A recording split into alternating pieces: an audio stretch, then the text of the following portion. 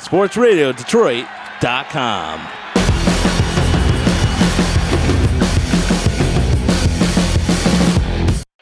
Sierra Hotel, India, Echo, Lima, Delta, Shield.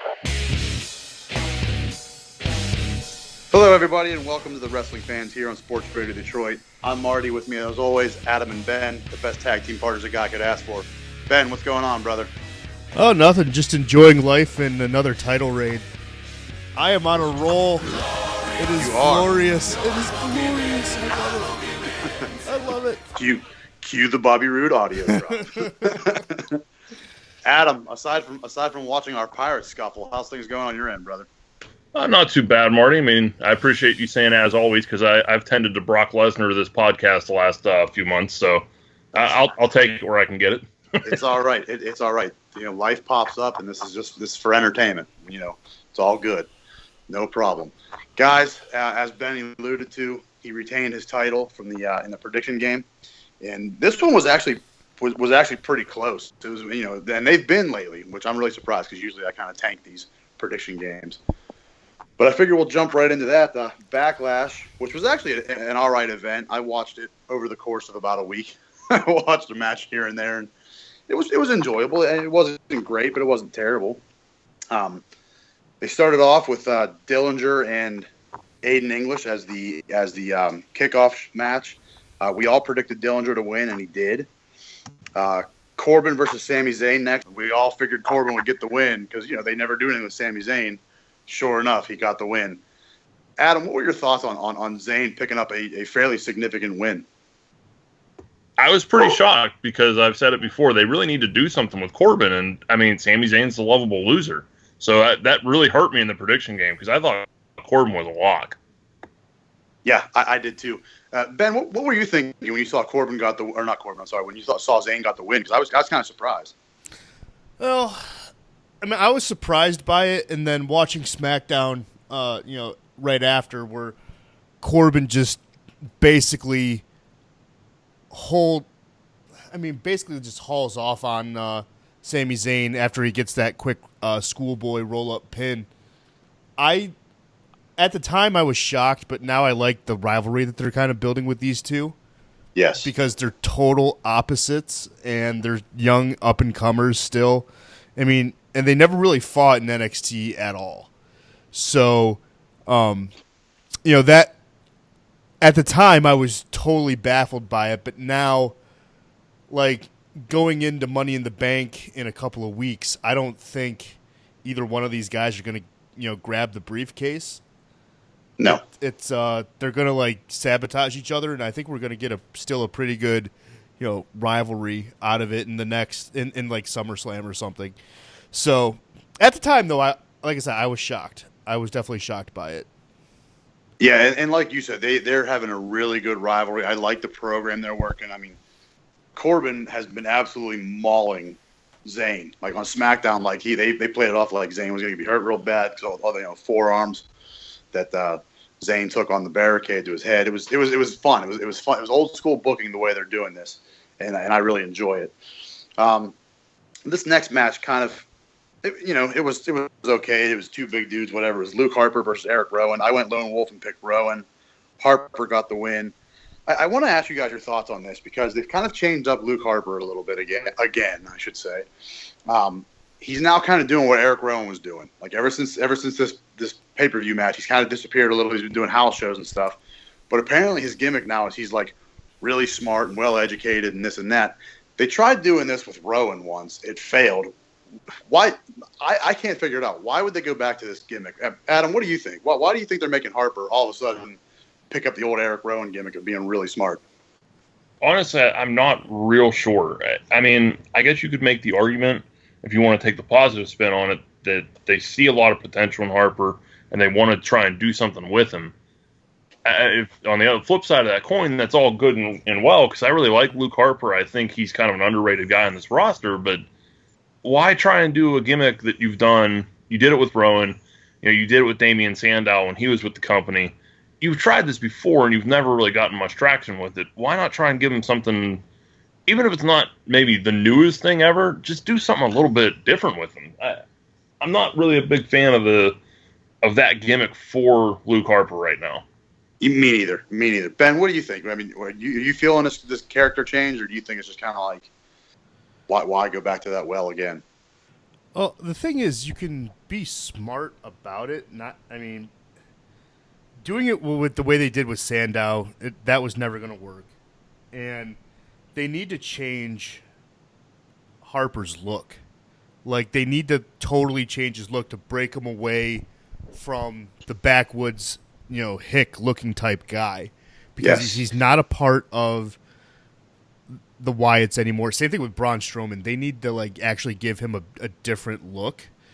For the same reason. Strowman's not a part of the Wyatt clan anymore, even when he was in there for the brief stay that he was in, that faction. So anything that they can do to further separate, if they really want Harper to be a singles competitor, anything they can do to further separate Harper from, a backwoods type person, I'm okay with.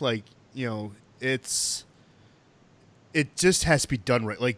You can be a super sophisticated, smart guy without being the hyper intellectual like Sandow was. Sandow was the extreme of that spectrum, where he's using the 1,000th placement of pi to explain why he's better than X wrestler and why he deserves a shot at X title. You don't need to do that. You can be smart, cunning, and diabolical, but you don't have to be super loquacious about it or anything like that. So I don't mind it, because if you're truly, like I said, if you're truly going to run Harper away from the Wyatt family, then this is the furthest extreme from it, so it gives them a separate identity from what we're used to seeing. Right. I like your thoughts on that. I mean, it was really good. And it was funny because you were saying about how he doesn't have to be, he can still be smart and not be so ridiculous. And then you threw in the word loquacious, which I don't know. I thought it was kind of funny. I don't know if that was an intentional yes, it was. We saw what you did there. I was gonna say, I am a writer by trade, so yeah, don't worry. It's true. It was totally done, yes, on purpose. See, I'm picking up what you're putting down, Ben. There you go. There you go. The next match was the 6 women's tag match: Naomi, Charlotte, and Becky versus Natalya, Carmella, and Tamina. You guys both went with Team Charlotte because she's the human free space, and I went with Natalya, Carmella, and Tamina. And surprisingly enough, they got the win. That match was all right. I thought it was going to be a little bit better than it was. Not that it was terrible. I don't know. I just had higher expectations out of it. My opinion, and I'm sure I'll be the lone wolf on this one, the match of the night was next: Shinsuke Nakamura versus Dolph Ziggler. We all went Nakamura because that was pretty blatantly obvious that he was going to get that win. I thought the match was decent. It was, well, obviously, if I said it was the match of the night, I really enjoyed it. I have no problem with Nakamura going over on Ziggler. We all know I'm the resident Ziggler mark. It made sense for him to lose because it was his quote-unquote in-ring debut for SmackDown, which was ridiculous because it wasn't SmackDown at all. But I enjoyed it. Ben, what were your thoughts on this match? Did you enjoy it, or did it live up to your expectations like it did with mine? It wasn't bad. We joke about, Dolph Ziggler almost being kind of like a human free space because all he does is just lose. But it was the right person to go against if people were unsure of who Shinsuke Nakamura was, because that match, it was a good match. Don't get me wrong. I still wouldn't put it at match of the night though. Really? And I thought it was interesting that didn't they use that to open Backlash? That was the they did. That was the opener. So that makes sense. So that in itself made it a lot of intrigue, because sure enough you hear both their music and you're like, huh. Okay, because I distinctly remember tweeting about that, being like, if this is the opening match, it's going to be a good night. And anytime you're in that opening match, you have to set the tone for the pay-per-view. And going back to WrestleMania 3 when it was at the Pontiac Silverdome, I'm trying to remember who opened that match. Was it? It was Ricky the Dragon Steamboat and I think Macho Man. I believe you're correct. Yes. And they talked about how they forced it upon themselves to set the tone for the rest of the night, and that was outside of Hogan, body slamming Andre the Giant. That was match of the night back then, because they knew on that big stage that they had to set the tone, and every person within the company has had that mentality now for over 30 years. If you're in a pay-per-view and you're in the opening match, that's your job. Like, that's what you have to do. And it was really interesting that Nakamura and Dolph were opening Backlash, considering Nakamura was the marketing vehicle that they used for it.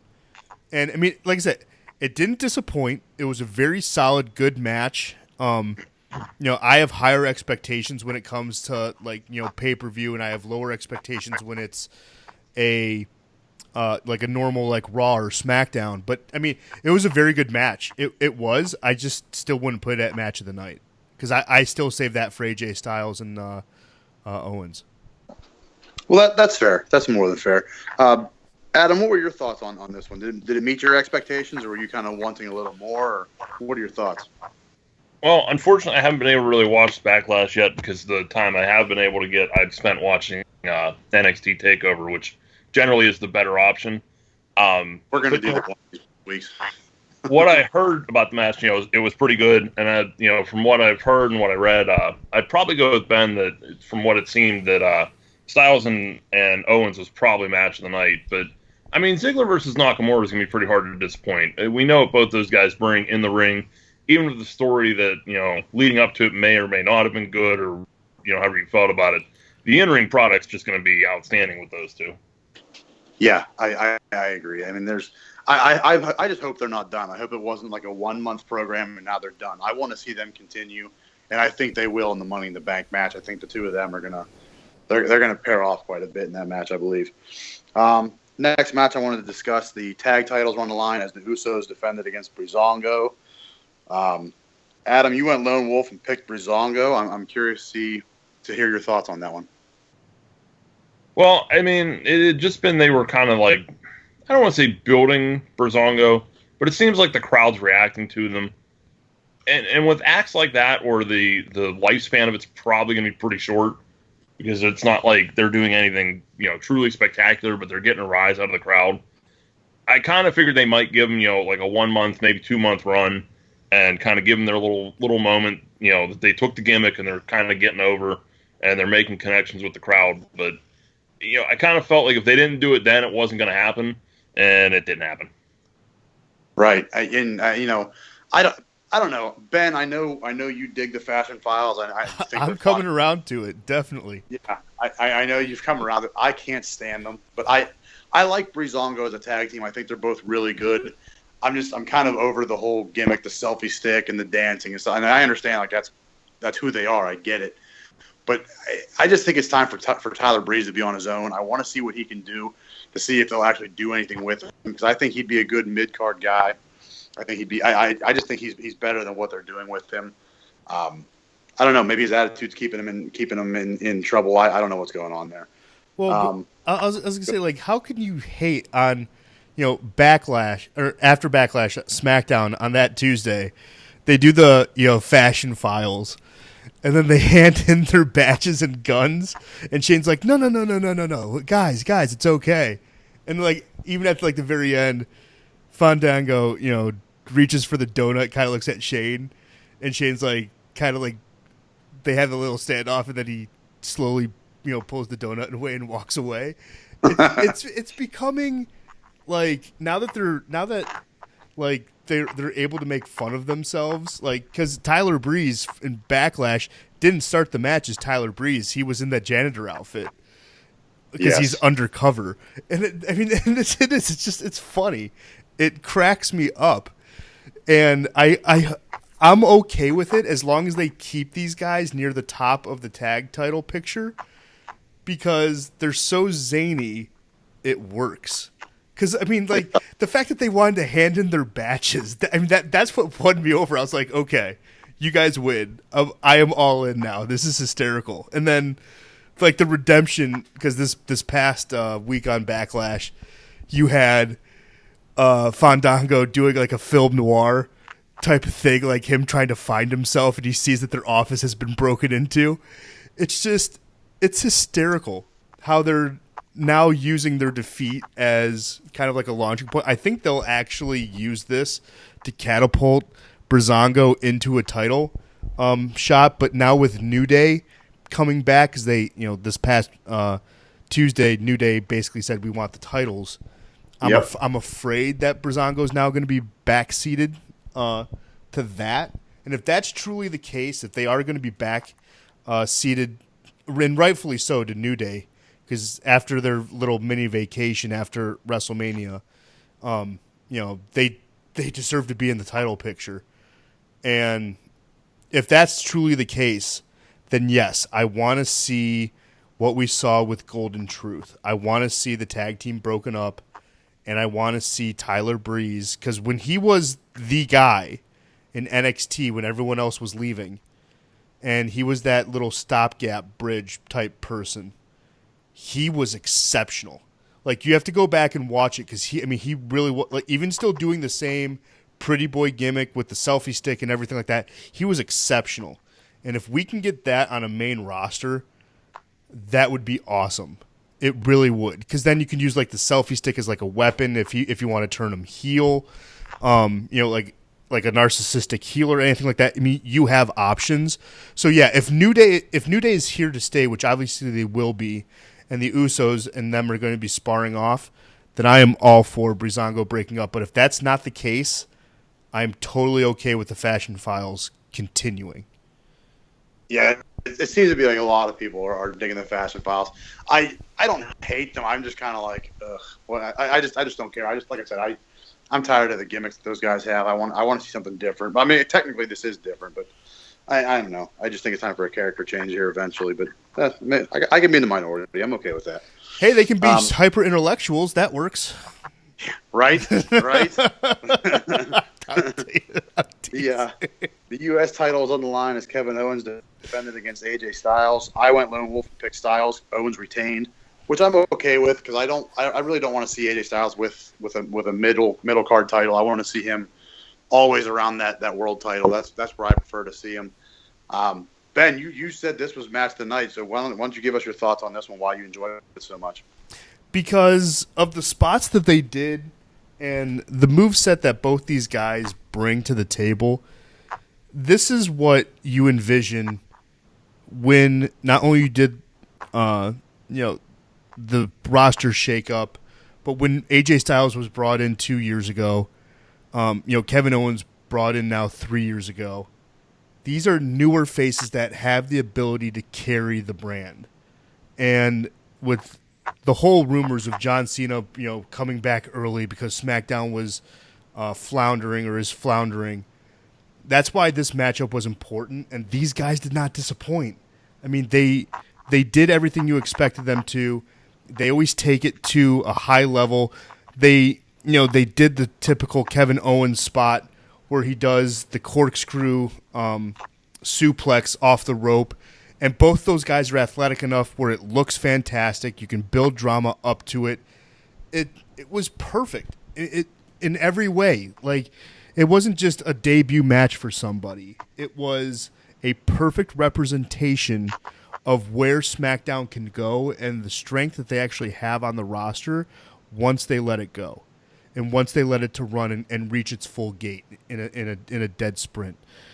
And I mean, both these guys, now that you have AJ Styles returning back to being a face where he should be, it just encompassed everything that the match and that the company at the time needed.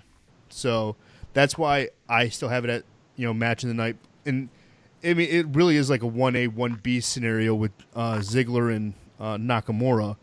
But I just thought there was a little extra oomph that put Owens and Styles over. And that's a totally fair point. I just wanted to get your thoughts on that one. And then in the main event, the shocker that I don't think anybody ever would have predicted, and if they said they would have, they're lying. Jinder Mahal beating Randy Orton for the title.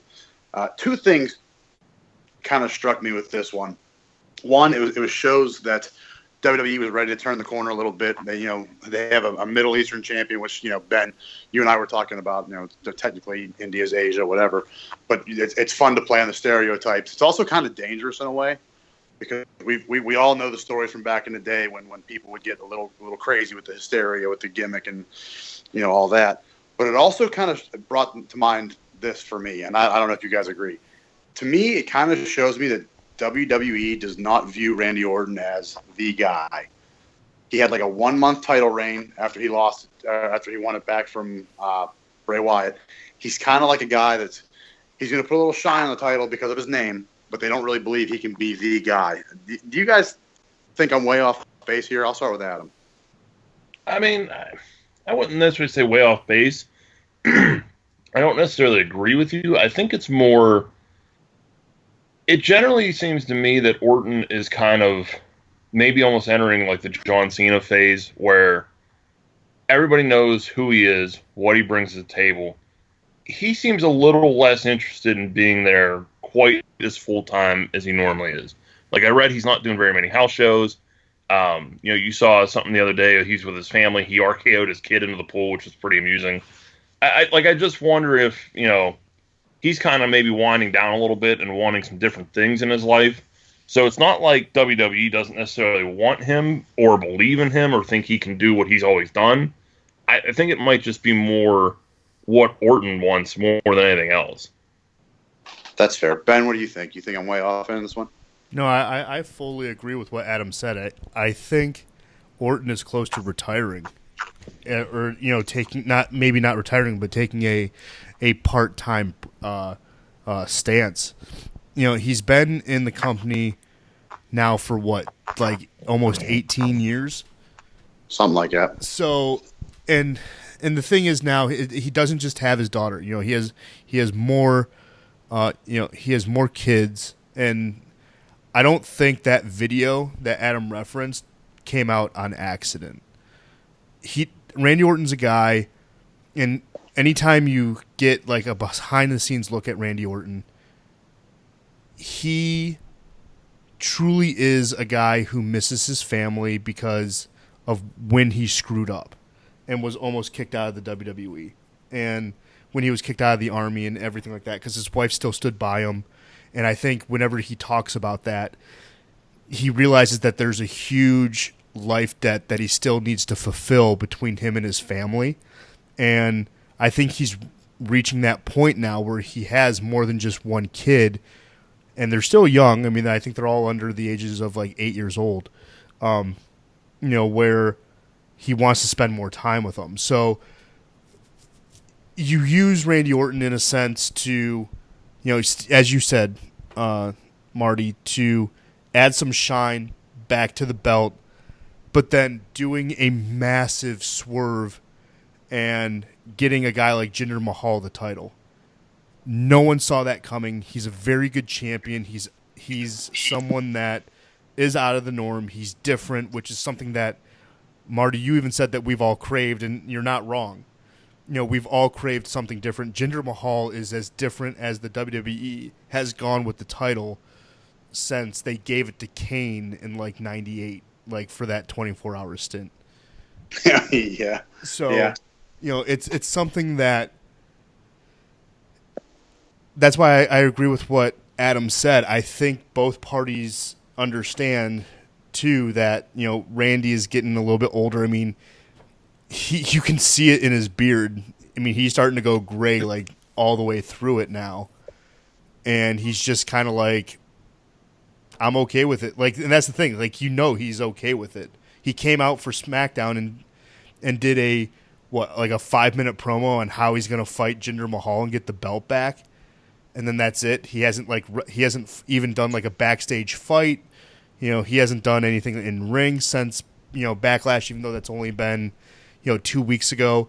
I don't think you're actually going to see him again until you actually get Money in the Bank in 2 weeks, which kind of helped. That promo, I didn't mean to jump on you, Ben. That promo was about as cookie cutter. Well, right. and bland as I've ever seen. It didn't really seem like he really wanted to be there, to be honest. Well, but like, it's not just that. I think like, again, it re-solidifies the point that we're not going to see him until Money in the Bank. There's no reason to have him and like Jinder Mahal to show up, this upcoming week on SmackDown and being like, okay, cool. I mean, one of these guys or both of these guys can tape something, at WWE and then still take the break off. So that I'm just using that to further solidify. I think Randy Orton's going either part-time or just going to hang it up at like relatively soon. I think like within 2 years. Yeah, I agree with that. I agree with both those points. And like I said, I mean, I could have been way off. It just seems like every time he has a title, he's pretty much like a transitional guy. Mm-hmm. Kind of like they used to do with Bret Hart. Like he was supposed to be the transitional guy, but then WWE kind of woke up and was like, "Wow, Bret's actually a really good champion." But I don't know. It just seems like every time that Orton's got the title, he's just kind of like a placeholder until the next guy. But I don't know. I could be wrong there. The final tally on this, Ben, you beat me and Adam. Adam, you and I both had 4 points. Ben had 5. So a successful title defense for Ben. This is what, 2 or 3 events now you've held the title. I've held it. I got it at WrestleMania, and I failed to let it go. So that's what it's all about. Give that title a shine. I was gonna say I am enjoying my reign as champion for the past couple of months because and to let people know, I honestly do not read anything. Like on the internet, I don't read rumors. I don't read, potential pivot points that come out on like Cage Side Seats or, comicbook.com. I don't read any of that. And I know, like, Adam, you dabble in it. Marty, you dabble in it. That's why I take pride in my championship runs, because I just look at the tea leaves and try to figure it out. And the fact that I've been able to do that now for, 3 months? 2 months? I am proud of myself. I'm giving myself a huge pat on the back because, A, it's very, very hard, and B, I think it's more fun that way because when Adam then, beats us, I have a reason to watch more intently and see if I can figure out what's going on within the universe and stuff. So that's why I truly love this competition, because we all approach it differently, and I truly just wing it. I freeball this thing, and it's fun. Well, the only reason I read those quote-unquote dirt sheets is when I'm having trouble finding topics, because usually it's just me watching the shows. But there hasn't been much going on right now. I mean, I have one topic that I just thought of that we'll get to in a little bit. But it's I don't know. I enjoy this competition, even though I've only won it, I think, once in the year that we've been doing it. You are the Randy Orton of this whole thing. You get as a transitional. I'm not even the Randy Orton. I'm like the Kane, 1998 Kane. I get that 24-hour title reign. If you lose, will you set yourself on Adam, fire, Marty? If I don't start winning, I'm going to have to. Adam, you kind of pitched some topics. Why don't you take us through? What do you think of this Ciampa Gargano thing? Well, I've watched most of NXT TakeOver, and I mean, when the NXT title doesn't go on last, you had to figure something was up with that match, because DIY versus Authors of Pain was the closeout match, and even though you kind of were maybe sniffing it out a little bit, DIY came up short again. It was so well done, it was still a little bit surprising when it happened. Because, like, the little graphic in the bottom of the screen that always comes up when they're about to go off the air came up and everything. So I'm like, man, they're still not going to turn him. And then he just whips Gargano into the projector screen behind him and just commences to destroy him. And Gargano, for his part, just sold it like a champ. He's just looking up at Ciampa pretty much the whole time, like, what is going on? I don't understand. What are you doing? The whole thing was extremely, extremely well done. And I'm really, really looking forward to Ciampa versus Gargano for probably the next couple months. Yeah, I think those two are both so good at what they do that regardless of which side of the fence you're on, whether you're a Gargano fan, whether you're a Ciampa fan, I think regardless of which one you prefer, you're going to come out pretty happy because those guys are so good at what they do. Personally, I'm going to miss their videos that they would do with Bobby Roode, the Glorious Bombs. I thought those were great. That's just my opinion. But Ben, what do you think about this? Because I was kind of surprised they broke them up, because you guys know I don't watch NXT as often as I should. It's just the way things play out with work and things like that. But what do you think about this one? I don't like it only for the sheer fact that on both shows, on Raw and SmackDown, you don't have a young up and coming tag team that could come up and steal the spotlight. You kind of have that on SmackDown with American Alpha, but we haven't seen them in a while. And I would have loved both these guys to get their shot through being a tag team. Now, I will say this. If you guys remember on our yearly recap show for match of the year, I picked Ciampa Gargano from the Cruiserweight Classic, because when those two guys go, holy crap do they go. It's going to be fun watching these two guys square off with now the added, because in the Cruiserweight Classic, it was mutual respect. One of these guys has to move on, the other guy doesn't. And I hope to God they use that as a storyline, because Ciampa did not get to advance. Gargano got to advance.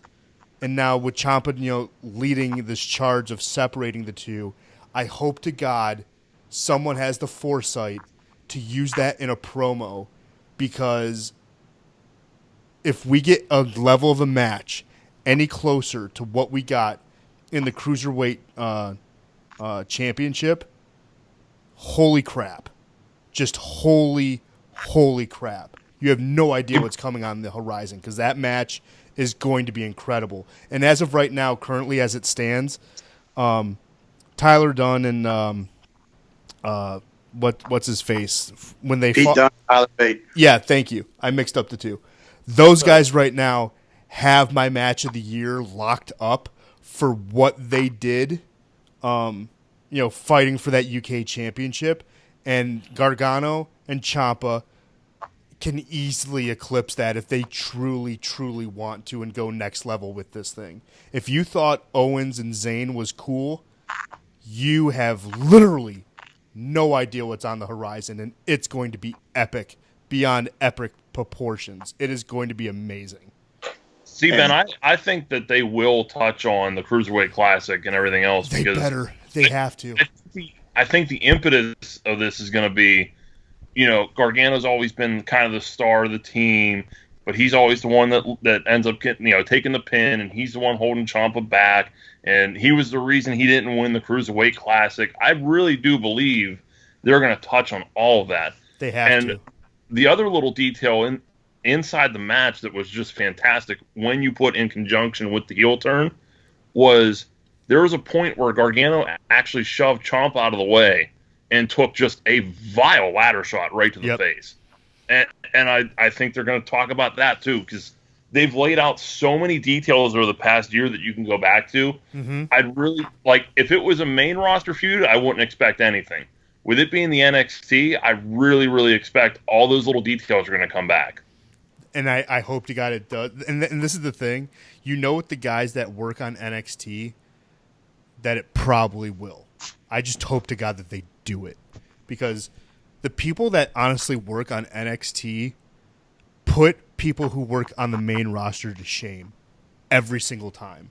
And you can tell they take the rivalry personally, because TakeOver always eclipse whatever pay-per-view is happening that following night. It always does. It is always better. And that's why I hope to God that that's exactly what they do with Ciampa and Gargano, because if it's going to be the best thing that WWE has ever done, in my opinion. Like I said, there's a reason that I watched TakeOver and I still haven't watched Backlash, and I have no regrets over that whatsoever, because in addition to that, like you touched on, the Pete Dunne and Tyler Bate match, guys, we say it somewhat often, and we talk about this all the time. If you have the network and you have not watched that match, stop paying WWE $10 a month because you're never going to use it. Go watch that match because my God, was it fantastic. Well, I've been trying to watch it, and every time it starts loading up, my internet like freezes. Like I just get that little circle in the middle where it's just buffering, and then it just shuts down. So like I get to Pete Dunne's entrance, and then I just get the buffering symbol. So I've tried watching it 3 times now because I want to see it. I mean, I watched that whole UK tournament, and I loved it. I thought it was great. So I want to see what these two guys do because everybody's saying how good it was, and I'm not surprised because I saw those guys do their thing in that tournament. So I've been wanting to watch it. But I mean, if you guys are saying it's a potential match of the year, and I'm going to take your word for it. Hopefully I'm going to be able to watch it if my WWE app stops being stupid. I don't know. I don't know if it's maybe my internet connection or I don't know, but it's driving me nuts because I'm tired of seeing Pete Dunne walk to the ring and then just stop with his foot. That's as far as it gets for me. But yeah, I want to see Ciampa and Gargano as well. I'm going to make a promise to both of you that the next time there's a takeover, we're going to predict that instead of whatever pay-per-view is coming next, whether it's Elimination Chamber, whatever. It doesn't matter. We're gonna do, or maybe we'll do both. Well, I guarantee you we're gonna predict takeover for sure because I think that's what that seems to be the better show. It seems to be the more popular show, and I think that's where we should go next. I know you guys are okay with that, so that's what we'll do next time for sure. This one I'm really excited about. We've it's been talked about ad nauseum here. How much of a women's wrestling fan I am, and this is the topic that I was thinking of while you guys were talking. Rumors are coming out on who's going to be in the women's tournament in July, and some women have gone on to debunk those rumors. The biggest one right now being Rosemary from TNA. Everybody's clamoring for her to be in it. She needs to be in it. She's so good. Da da da. And of course, she stayed in character when she did it because she's phenomenal. She quoted somebody in a tweet, and she said, "There seems to be some confusion. We are gainfully employed, and we are happy where we are, causing mayhem," or whatever the tweet was. It was something along those lines. Is there anybody you guys want to see in particular that you have knowledge of, whether it's Ring of Honor, New Japan, whatever, that you want to see in this women's tournament? Like I said, I know we've talked about it before, but is there anybody you guys really want to see in there, or are you just curious to see what names they're going to pull out of the free agent pool? Adam, I'll start with you. I got to be honest. My knowledge of women's wrestling outside WWE right now is not real good. So I can't really pull a name out of the hat to say, "Oh, I want this person," or I want any other person. I'm just curious to see how the field shakes out, and I'm kind of hoping maybe like if the tournament's really good, maybe the winner gets a shot at Asuka. I hope they kind of build it a little bit further than just the tournament, but as of right now, we'll just kind of wait and see where WWE takes it. Yeah, Ben, is there any names in particular you want to see, or are you kind of in the same boat as Adam? Because I have a few that I really hope they pull into this tournament. But I'll get to you first.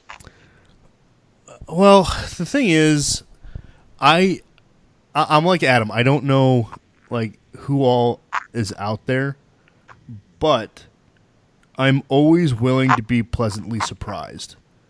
One person I know that I know you're probably looking forward to, Marty, is Kelly Klein. Oh, yeah. I think it would be fun to see if she gets a nod into it. But it's just, with these tournaments, I go in with no expectation at all. And I think it would be funny if we even get ODB or something like that in this tournament. It would be fun. It would be different. It would, having a former knockout would just be hysterical. So I'm totally, like I said, going into this blind on purpose because I want to be pleasantly surprised when I turn this on and see what's going on. Right. And I mean, a lot of Kelly Klein hasn't really said much on there. You guys know I'm a big fan of her, so I kind of see her Twitter feed quite a bit. I don't think she really said anything other than the fact that she's looking forward to this tournament to see what women wrestling can do now, and that kind of thing. Obviously, we know I'd love to see her. I'd love to see them bring in Jessica Havoc. She was in TNA for a little while. She's really good. She's kind of like a Nia Jax, but better. No knock against Nia Jax, but Havoc's really good.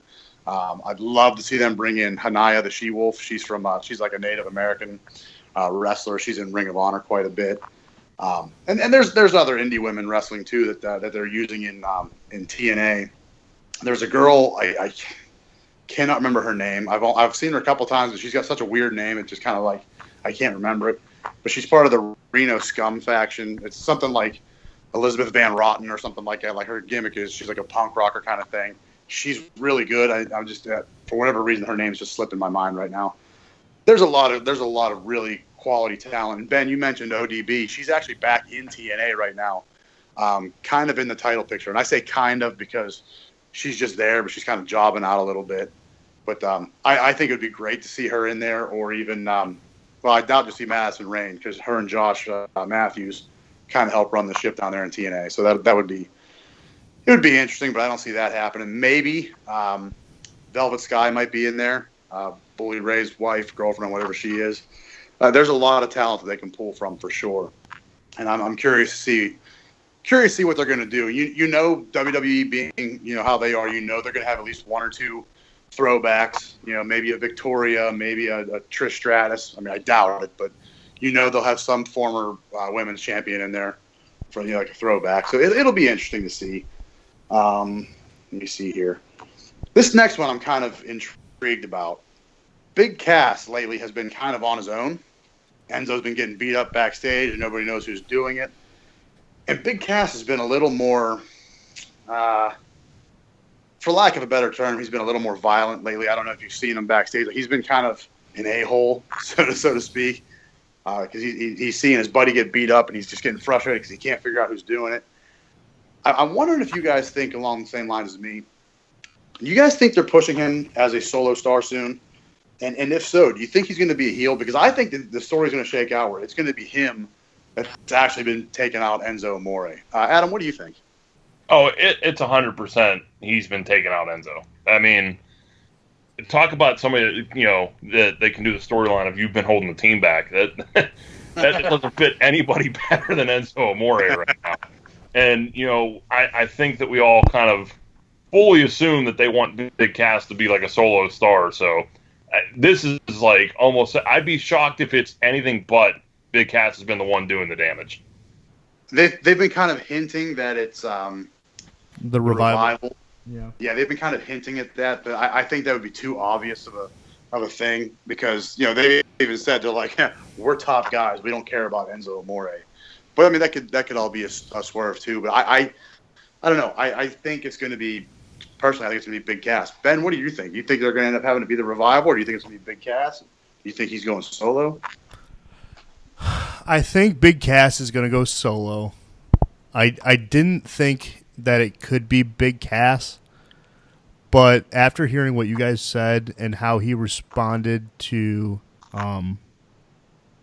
Corey Graves and actually coming out on the stage to like challenge him, it makes sense because that move out of the whole storyline did not make sense, and I've been trying to place it as to why he would do that, and that would be the only thing that would make sense of it all if he truly was the one who's been beating up Enzo. I will say this. I think it would be hysterical, and I say this kind of jokingly but not really, if they both come out on a Monday Night Raw and they do a promo and, Cass finally just tries to give Enzo a baseball slide and Enzo does what he normally does on a baseball slide. Because you put Enzo's baseball slide, man. Because it's the most asinine thing that's ever happened in the world. It is basic, it's fundamental, and it shows how bad of a performer he is. Yes. Yes, he's in the Dolph Ziggler, Shawn Michaels, I will oversell everything, type of school of how to sell a move. But Jesus Christ, man, it's a baseball slide. It is a baseball slide. You know what a baseball slide is, guys? This is literally what it is. I grab you, and I tell you, okay, like, really quickly, I will say, like, it will be like a quick little word like baseball or slide. And you know I'm pointing you towards the ropes. What do, guys? You make sure you slide underneath the bottom rope. You don't get clotheslined by it to where you get whiplashed and get a concussion. It is very simple. It doesn't matter where you are in the ring. You know if you're that close, you're not sliding through, dive through the rope. It is the easiest freaking thing in the whole freaking world, and he can't even do that. And yes, I will. I know right now I'm being a couple of haters, couple of haters. But when you can't do that, it's bad, man. It is bad for business. You're right. And he was on, I want to say it was on an episode of Talk is Jericho. And he even said before he went to WWE, he had zero wrestling experience at all. Like, he went in there to be an entertainer. He kind of figured he'd be like a manager kind of deal. Like, he wouldn't have to wrestle. But, WWE doesn't do that anymore. They don't have just managers. Like, you have to be able to perform in the ring now. And he's like, he even said he had zero experience at all heading into his signing. He just got signed because of his personality. So, I mean, and believe me, as Ben just said, you can tell. You can tell he has zero in-ring. I mean, he's better than all of us because he's out there doing it, but that doesn't mean much. He's rough. He's rough to watch. That's a pretty low bar just to say he's better than me at wrestling. That's not great. No, it's not at all, and that's the point. Just because he might be better than us, but we also have Ben does, but we have no experience in the ring. So to say he's better than us, that's not a real highlight for him. Guys, I don't know if you've seen it or not, but history is going to be made at the next Money in the Bank pay-per-view. This is awesome. Shane McMahon, and yes, I'm so excited about this.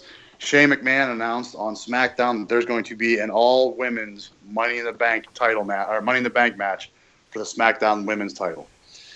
I'm excited. I think we'll get to that prediction point eventually, but it's going to be hard for me to predict because there's no real clear choice in this one because they've been kind of pushing everybody kind of equally, so it's going to be hard to predict. But it's going to be Charlotte versus Becky Lynch versus Natalya versus Tamina versus Carmella. Honestly, I wouldn't be surprised to see Carmella win. I wouldn't be surprised to see Tamina win. I mean, it's just whoever's going to win. I think we'll all be okay with because they have been absolutely tearing it up on SmackDown. Even Carmella, who I think is just god awful. Even the contributions she's made has been pretty decent. She's more on the entertainment side because I think she's awful in the ring. But every contribution these women have made has been outstanding. Ben, I heard you say it's awesome, so I'll go with you first. Are you as excited for this as I am? I totally am. I mean, it is something that it's really interesting that because we know Stephanie is on a vacation. She's not showing up, for TV appearances, but she's still, kind of doing the day-to-day in the office type thing and, kind of taking a break from it all. And this is why I love what's going on. Because you had Sasha and Charlotte, get to main event on Raw, which was huge. We've had now, Iron Man matches. We've had ladder matches. We've had Hell in a Cell matches. This is so incredible because this was basically the last barrier that women's wrestling had to get through because it was a newer thing and it's a WWE exclusive basically, even though it's just, yes, a ladder match, but it's a spin on a ladder match. This is freaking fantastic. This is up there with the kendo stick on a pole match because that's also technically revolutionary. And the fact that this now overshadows it a little bit is saying something because you don't see the WWE take these giant leaps on a thin sheet of ice. They're just going now full bore. And this is something that we've asked for the past year and a half, especially on this show. It is something that we have asked for deliberately, and the fact that we're getting it is incredible. Like, it is so mind-blowingly incredible. And I don't think it's sunk in for people yet. 5 women in a ladder match going for a Money in the Bank contract. It is going to be freaking awesome. It is going to be awesome with the women that are in that match. You know that match is not going to suck either. It is going to be incredible. And we've seen stars made out of a Money in the Bank match. You know, Shelton Benjamin being most notable. You know, we've seen just people absolutely catapult. So like, it would be kind of a cool thing, even though like I'm not a big fan of hers. It'd be kind of cool to see Carmella win because maybe is she ready to take that next step? Same with Tamina. Is she ready to live up to that Snuka name? Real life stuff being set aside. Who's going to take that next step? I actually don't. I mean, guys, I'm a huge Charlotte Flair fan. I think she's one of the best women wrestlers ever. I don't want to see her win this. I have no desire to see her win this. I don't want to see Becky Lynch win it. I want to see one of the other 3. Natalia, because they would finally get back to doing something serious with her, or the other 2. It would just be totally out of left field. It wouldn't be predictable. So regardless who wins, it's going to be great because it's just going to be awesome with the talent that's in there. But I would love to see Carmella or Tamina just kind of show up and show out and be like, this is how we do it. Adam, before I get your opinion on the thought, Ben, you mentioned the kendo stick on a pole match. Did you see was it WWE? Somebody put out an interview. No, it wouldn't have been WWE. But somebody put out an interview done with Alexa Bliss, and she said she's actually nervous about this match because she doesn't think she'll be able to reach the kendo stick because she's only 5 foot tall. She's actually nervous about, she's kind of wondering how she's going to get the kendo stick. It kind of leads to a good thing. Like, is Bayley going to finally be extreme and get that kendo stick? It's kind of funny. I just you mentioned that. I kind of wanted to let you know that was out there. So I'll retweet it, but it was pretty funny. Adam, what are your thoughts on this women's Money in the Bank match? I mean, I'm definitely excited for it. I'm glad that the women once again kind of get that spotlight to shine. It's another first, like the Hell in the Cell match was, and it just shows that WWE is still, even though the storylines are not always great, they still take the women's division seriously. I mean, let's face it, there's a lot of storylines on the men's side that are pretty garbage on a week-to-week basis. But I'm with you. I really, really, really kind of hope Charlotte doesn't win this. When it's something that's new like this, I kind of want to see somebody new win the match. So I'm excited for it, and I hope it show. I hope they're able to deliver, because this is also one of those things, man. Like, the pressure's on everybody in that match, because if they don't deliver for some reason, like, that's it. This is that chance to make them believe you can do it. And I don't doubt any individual performer, but it's ladder matches like that can be difficult at times. Like, it's not the easiest thing to deal with. So I just hope that nothing bad happens, and I hope the match is fantastic. The one thing that I really don't want to see, I mean, don't get me wrong, if Charlotte wins, I'm not going to be angry at the world because I'm a big Charlotte fan. But the one thing I absolutely don't want to see, I don't want to see stupid James Ellsworth anywhere near that match. Shane needs to come out and be like, you know what, dude, you need to stay in the back. You're not allowed even here. Just get out of here. I think if he has any involvement, regardless of how entertaining some people find him, I know we here on TWF don't find him funny. Some people do. He adds literally nothing to the storyline. Like, he's just an annoying little. He's like a modern day Hornswoggle. You just want to smack him and just push him out of the stage there a little bit. He just needs to go away. That's the one thing I absolutely hope for, is that he has no involvement in this match, because I think he'll ruin it. He provides absolutely nothing. Well, His here's 15 the minutes thing. fame are up. If James Ellsworth is allowed to be a manager, why can't Enzo Amore? This is true. That's a good point. Because it's the best role for him. Well, it is, but one, Ellsworth shouldn't even have a WWE contract to begin with. But if he's able to be a manager, how come Enzo can't be a hype man? This is true. And you would be really innovative. Call Enzo a hype man. Don't call him a manager. Don't call him a valet. Be like, he is Kaz's hype man. Like basically what like Paul Heyman is. Paul Heyman's not a manager. He's a an hype advocate. man. He's an advocate. Exactly. Yep. It'd be simple. It would be simple. And I just remembered that lady's name. We were talking about the wrestling, the women's tournament earlier. The woman that's in TNA Impact, they're going to call it. Her name is Christina Von Eerie, and she's in that Reno Scum thing. It's she's cool, man. Like she's really good in the ring. She's got that punk rock thing. But I remember her name, Christina Von Eerie. She's fun. The last thing I have for us, guys, we have Extreme Rules tonight. We're recording here on Sunday. It's a little late for us to get to it, but I figure we'll do our predictions for it. Ben, we'll start with you as we always do. Let's go with the match that I think is going to be. I think it's going to be hardest to predict. Rich Swann and Sasha Banks, they have completely just done nothing with her, versus Noam Dar and Alicia Fox. Ben, who you taking? Rich Swann and the boss, Sasha Banks, easily, hands down. Adam?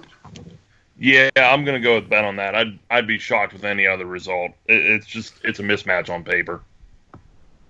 Yeah, it is, and that seems to be the obvious route, which is why I'm going to go Noam Dar and Alicia Fox. They've been better. To me, they've been the more consistent pair. They've been together for a while. I feel they need to win this match because we all know Swan and Sasha. They're already over. They're already popular. I think Noam Dar and Alicia Fox winning this match would give them a significant bump there. So I'm going to go with Noam Dar and Alicia Fox.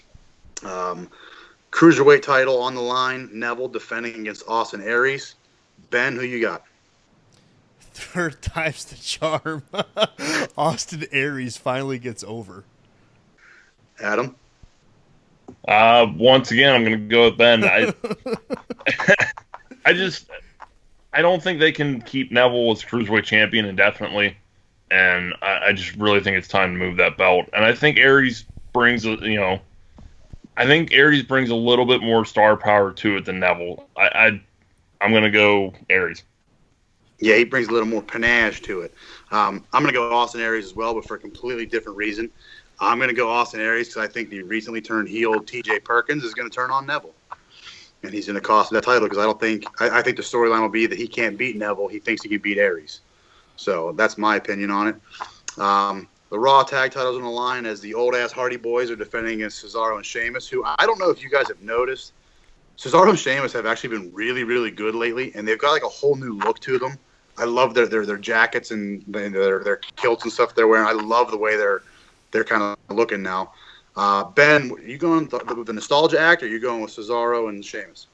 No, for this one, I'm going with Cesaro and Sheamus for the same reason why I'm going with Austin Aries. I think, the Hardys coming in, I still love it. I still love the fact that they're back with the WWE. I think that's incredible. I think that's amazing. I don't like the fact that they came in and became immediate champions. We all know my theory on becoming a quick champion. Granted, with the Hardys, it's a little bit different because they're legacies and, Hall of Famers, whatever. So you get that exception a little bit.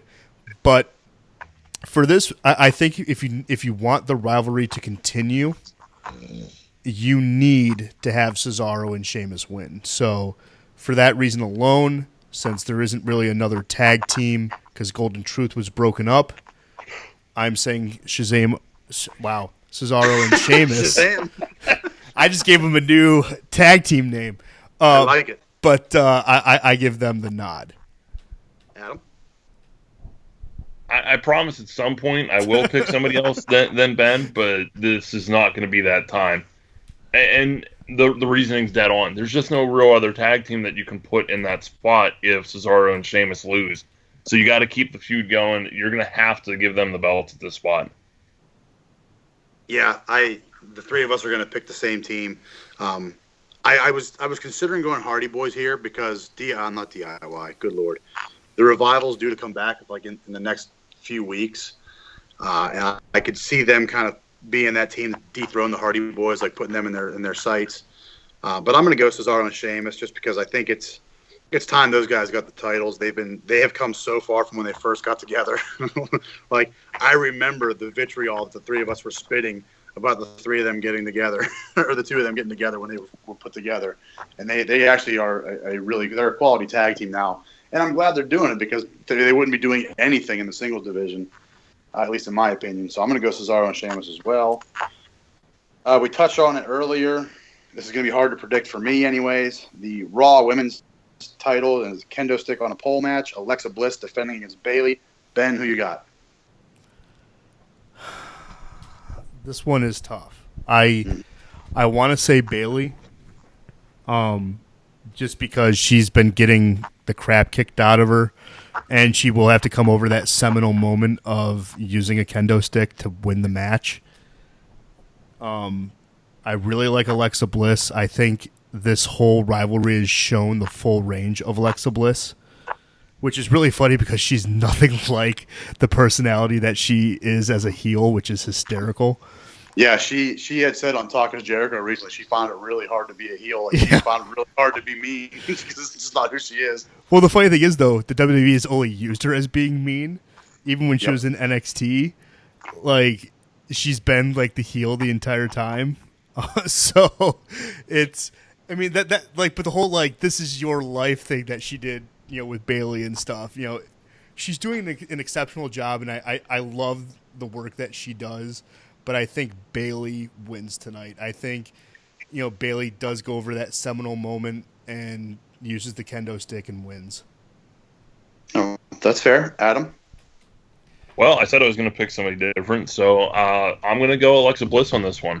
I think other than the putrid this is your life Bayley segment that just died a slow, painful death on this past Raw, I really think Bliss has actually been doing a pretty good job.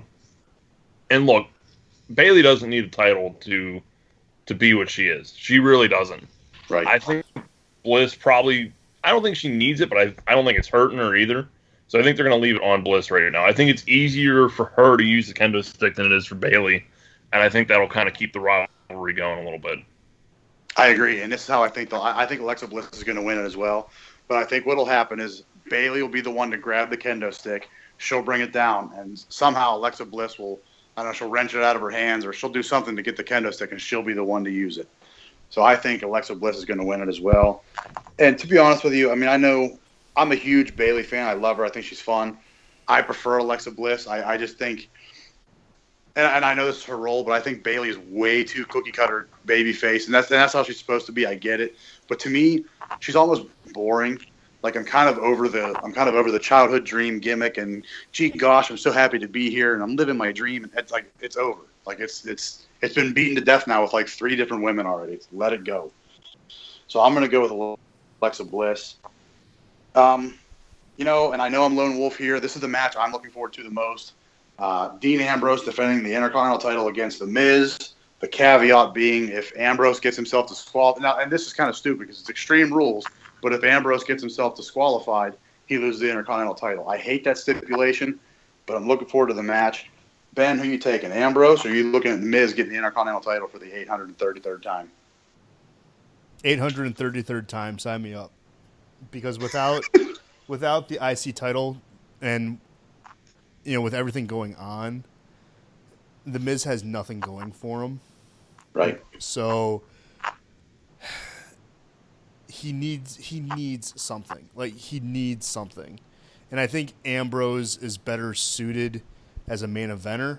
I know only part of the group, of this show agrees with me on that. I'm going to say The Miz.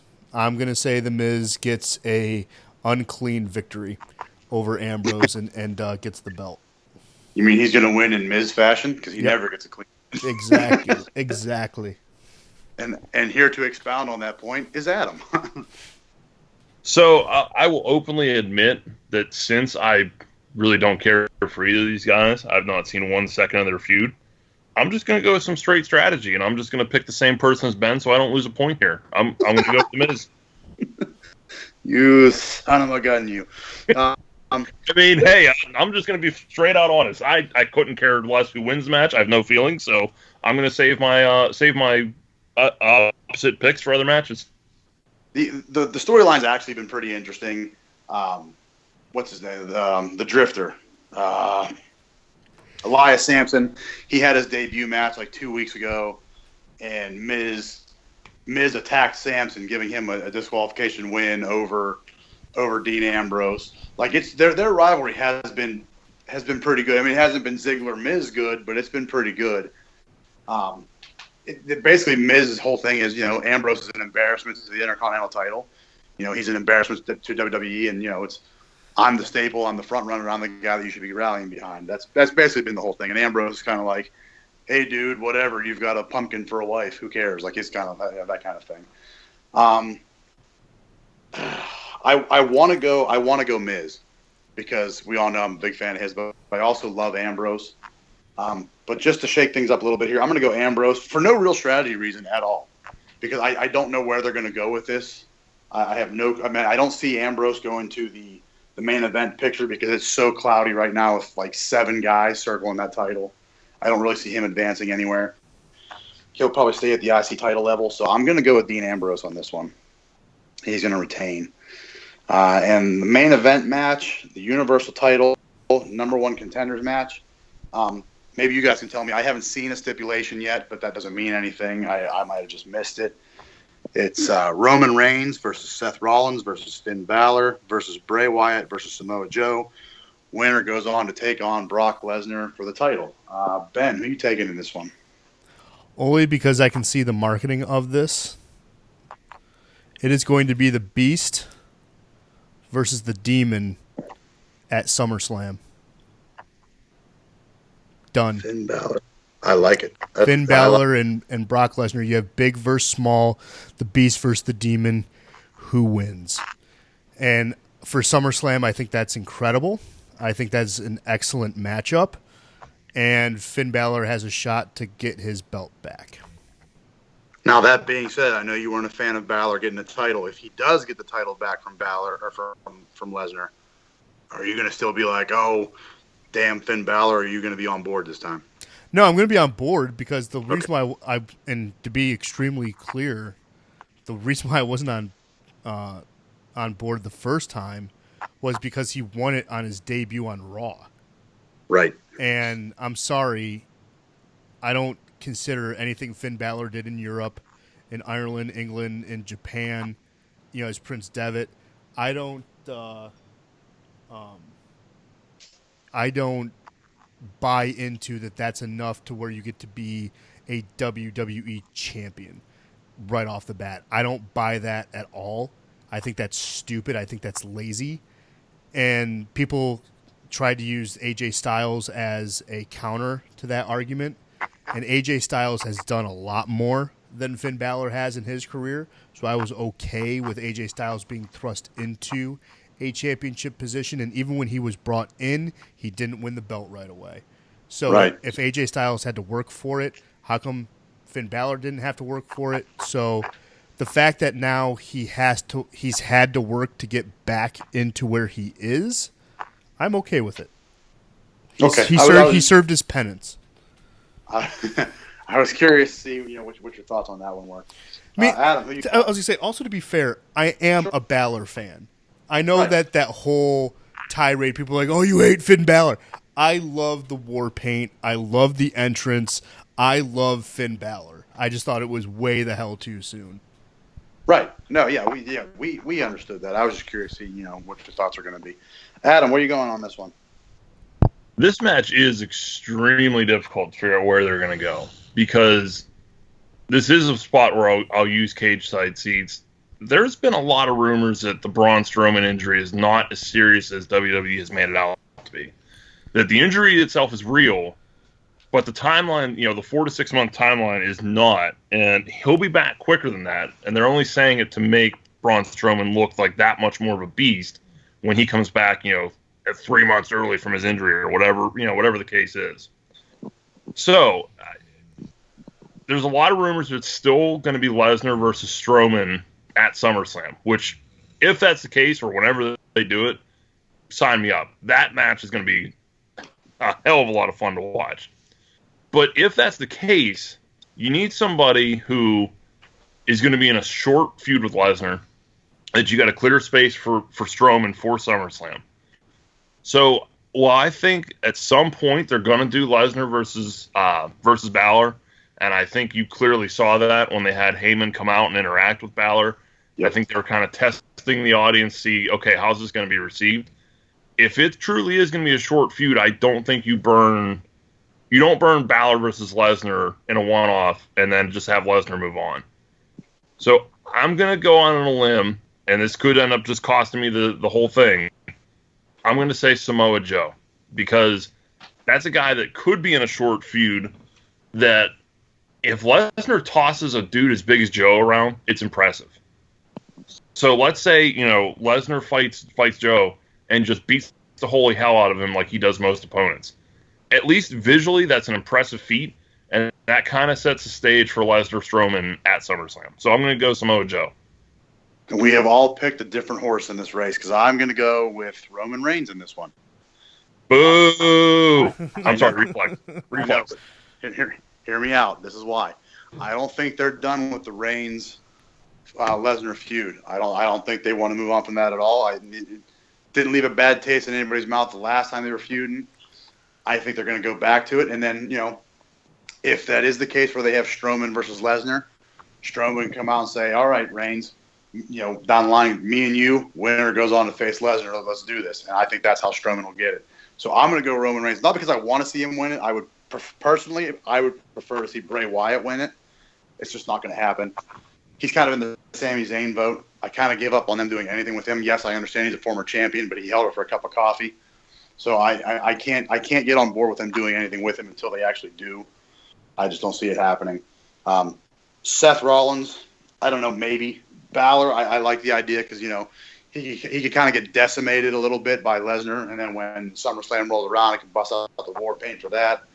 There's so many different ways they can go here, but I think they'll go with Roman Reigns to set up for Strowman and Lesnar because I think people want to see it. I mean, we saw it before he got hurt. The crowd reaction when Lesnar was in the ring with Strowman, people want to see it. So I think they'll get to that eventually, and I think it's going to be Roman Reigns will be the whipping boy for that one. Well, that's just my opinion. Here's my thing. Here's my 2 cents. You guys make great arguments. Not going to deny your arguments at all. My question to both of you is this. Why do you think Lesnar versus Strowman is for a title? Because I don't think you need to have that match be for a title to have that match still be epic. I don't think it needs to be for the title, but I think it's basically going to be, before Strowman got hurt, he was basically asking for competition. He was just running through the roster, aside from Reigns, who, is an even feud, which obviously nobody's just going to run through Roman Reigns at this point.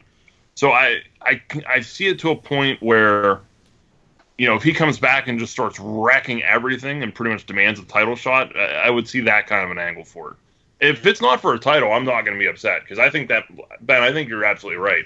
That match with those two big dudes who can both, kind of go in the ring a little bit. I think Strowman can probably do a little bit more than Lesnar can.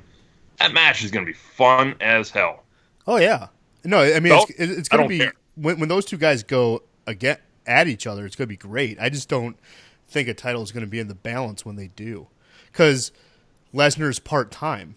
I mean, in theory, let's say Marty is totally right? Like, let's say Marty is completely right. You have Reigns winning, at Extreme Rules, and then goes on to face, Lesnar, beats Lesnar, but Braun Strowman, as you said, Adam, comes back early, kind of interferes like he has before, and Lesnar's like, I'm sick of you interfering in my matches. Reigns retains the title when he faces Lesnar. Lesnar faces Strowman as just I'm going to beat the hell out of you because whatever. And then we have, after that, Brock Lesnar go back into the abyss of, whatever until he comes back. You know what I mean? Like that's where I see it as you can't have the title or the guy holding the title be not even a part-timer, but be absent. And Lesnar, while I love him, he's absent. He's completely absent from everything. They just always say, well, yeah, Brock Lesnar's your Universal Champion. Well, okay, I want to see a champion actually defend stuff at some point.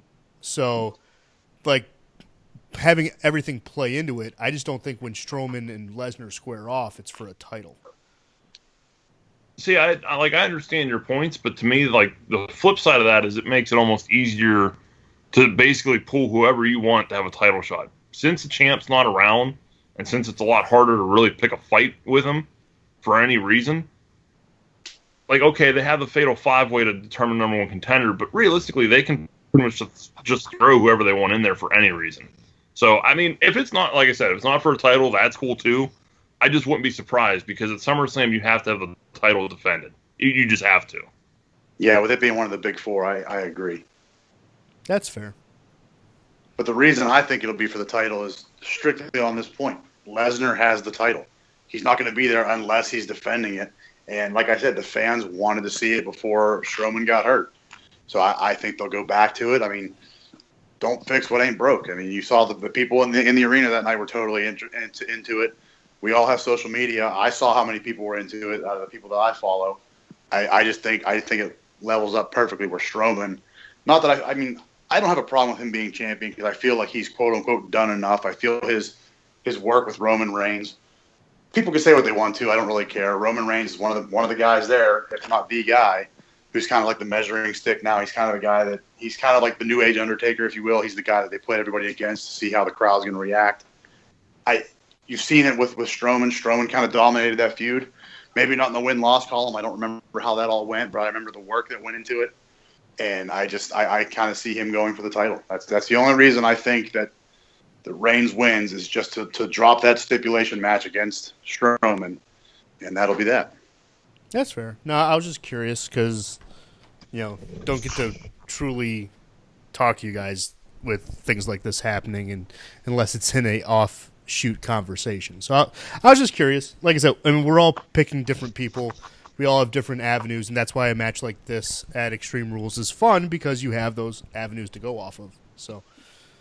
Yeah, like I said, I don't know if there's a stipulation in this match. I haven't seen anything. I just know that it's a fatal 5-way. Well, and also, like, you still need Strowman and Reigns to wrap up. So even if Strowman comes back early, like Adam says he does, he and Reigns still need to wrap up something.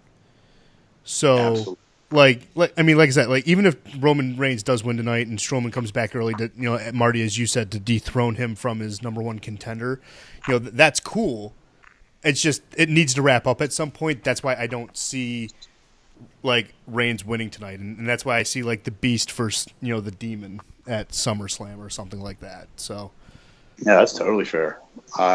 Speaking of wrapping up, before we wrap up, Ben, why don't we give him a rundown on what's going on here on the network? Well, every Monday and Thursday night live, you have Out of Bounds. If you don't want to catch them live on Facebook, very simple. We have their podcast afterwards on the website. Same thing with the Road Show and Mitten Sports Talk. They're at crbradio.com. Saturday is the Road Show from 9 to 11. 10 o'clock to 12 o'clock is the Mitten Sports Talk. If you don't want to catch those live, don't have to. Podcast. We obviously have the wrestling fans. We have, as the Stanley Cup is wrapping up, still have Pucking Around. Over Under Fair. They still have episodes coming out. They have one about Alien. There will be one about Undertaker coming out soon. I will be a part of that one. We have also, as we're still waiting to see if there's going to be a Triple Crown, Whippin' Nene is going to be around with Pete Spivak. You still have Michigan Sports Truth with Taylor Phillips. You have our newest podcast that debuted. The name's escaping me right now, and I apologize for that. The Laugh Track. Yeah, that I knew it was Laugh something, but yeah, the Laugh Track. Thank you, Marty. Is brand new. Give them a listen. It's not sports related. It's entertainment related. We're currently evolving, so as we're bringing stuff in, that's what we have going for you currently right now, and there may be a college football show starting back up. Lions SRD as training camps, are and OTAs are, going through. There will be a Lions show coming up this week, just to kind of recap and rehash anything that's been going on the first 2 weeks. So yeah, I mean, we have a lot of stuff coming down the pipe for you guys as always. So, and we have articles as well on the website. A couple of things, of course, the LeBron James, Michael Jordan debate. If you believe there's a debate, Marquise Lee of Fanarchy had a piece on that, and Fanarchy is on CRB Radio and podcast here on our website. It's live every Saturday from 4 to 6. So we have a lot of stuff for you as always. Yeah, and I'll say it again like I do every week. You can't find something here. There's something wrong with you, boy. There's something for everybody on this network. Except basketball, but Right. I was gonna say, but we cover basketball through our various shows. Like if you listen to the Road Show this past week, it was basketball heavy. So the fact that we don't have like a Pistons SRD or anything like that, we still heavily cover basketball. And also, Tigers, we still have Tigers SRD going on. Roger and Chris went out to Grand Rapids this past weekend just to check on the Whitecaps, catch a game. They were facing the Lansing Lugnuts, and if you listen to their show, the various guests that they have, they got to meet with them and have a good time out there. So like I said, yeah, Marty, if there isn't a show that you like, guess what? Tell us. We can critique it. It's not a one size fits all.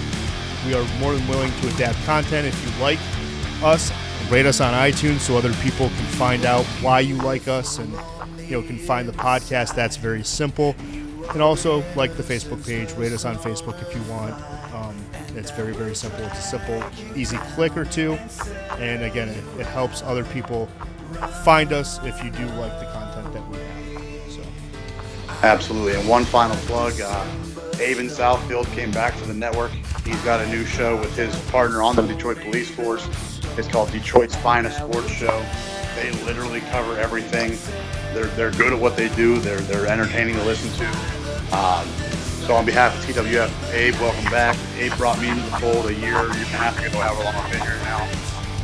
So I'm indebted to him for that. And I'm glad to hear Abe back. He was a presence that was missed here on SRD. That's about all we have for this week. You guys have anything else?